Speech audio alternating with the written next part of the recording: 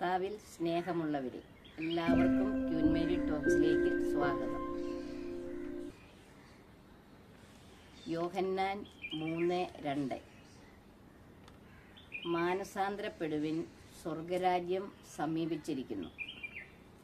സ്നാപക യോഹന്നാൻ യൂദയായിലെ മരുഭൂമിയിൽ വന്ന് വിളിച്ചു പറഞ്ഞു. സ്നാപക യോഹന്നാനെ പറ്റി യെശയ്യാ പ്രവാചകൻ വഴി അരുളിച്ചെയ്തത് ഇങ്ങനെയാണ്: കർത്താവിന് വഴിയൊരുക്കുവിൻ, അവൻ്റെ പാതകൾ നേരെയാക്കും. യോഹന്നാൻ കർത്താവിന് വഴിയൊരുക്കാൻ വന്നതാണ്. യോഹന്നാൻ കർത്താവല്ല, കർത്താവിന് വേണ്ടി വഴിയൊരുക്കാൻ വന്നതാണ്. ഈശോയ്ക്ക് വഴിയൊരുക്കാൻ വന്നതാണ്. യോഹന്നാൻ ഒട്ടകരോമം കൊണ്ടുള്ള വസ്ത്രം ധരിച്ച് അരയിൽ തോൽവാറും ചുറ്റിയാണ് നടന്നത്. അവൻ്റെ ഭക്ഷണം വിട്ടുക്കിളിയും തേനുമായി. അദ്ദേഹം ഈ വചനം പറഞ്ഞുകൊണ്ടിരുന്നപ്പോൾ ജെറുസലേം, യൂദയ, യോർദാൻ ഇവിടെയൊക്കെയുള്ള ജനങ്ങൾ അദ്ദേഹത്തിൻ്റെ അടുത്തെത്തി. അദ്ദേഹത്തിൻ്റെ വചനം കേട്ട് പാപങ്ങളേറ്റു പറഞ്ഞ് യോർദാൻ നദിയിൽ വെച്ച് വെള്ളം കൊണ്ട് സ്നാനം സ്വീകരിച്ചു. ജലം കൊണ്ട് സ്നാനം സ്വീകരിച്ചു.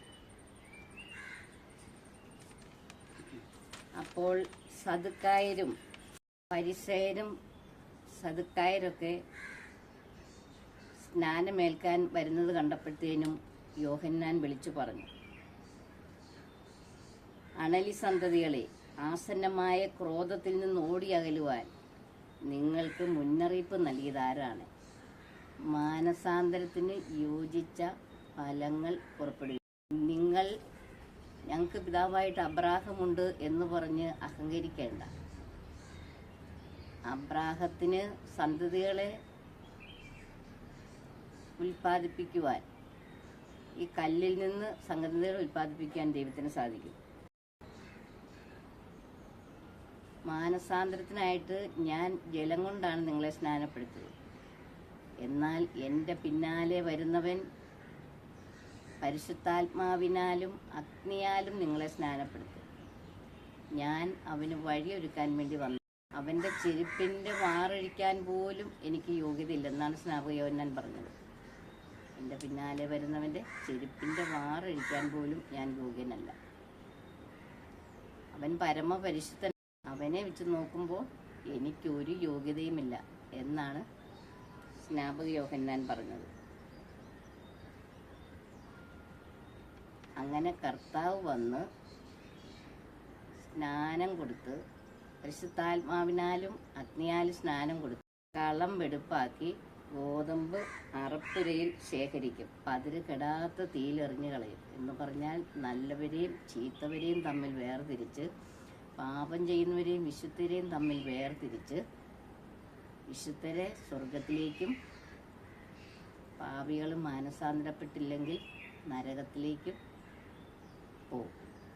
ഇടും. അതിനാണ് പറഞ്ഞത് ഗോതമ്പ് അറപ്പുരയിൽ ശേഖരിച്ച് പതിവ് കെടാത്ത തീയിൽ എറിഞ്ഞു കളയുമെന്ന്.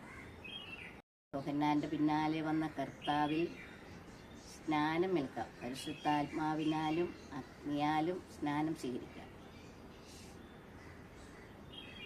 പരിശുദ്ധ അമ്മയും ശ്ലീഹന്മാരും പ്രാർത്ഥിച്ചുകൊണ്ടിരുന്നപ്പോൾ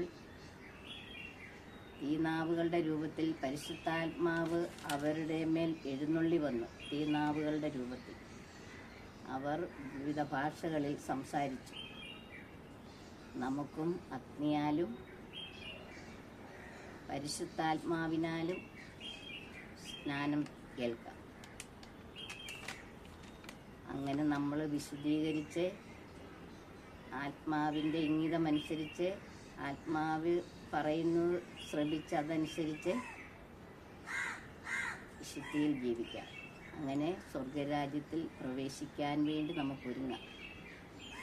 വിശുദ്ധ അമ്മയോട് ചേർന്ന് അമ്മയോട് ഒരു നിമിഷം നമുക്ക് പ്രാർത്ഥിക്കാം.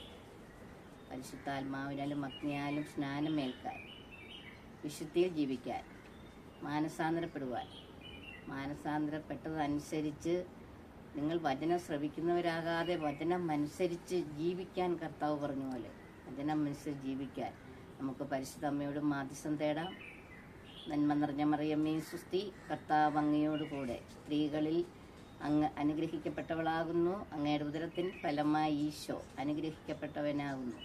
പരിശുദ്ധ അമ്മേ, തമ്പുരാൻ്റെ അമ്മേ, പാപികളായ ഞങ്ങൾക്ക് വേണ്ടി ഇപ്പോഴും ഞങ്ങളുടെ മരണസമയത്തും തമ്പുരാനോട് അപേക്ഷിക്കണമേ. ആമേൻ.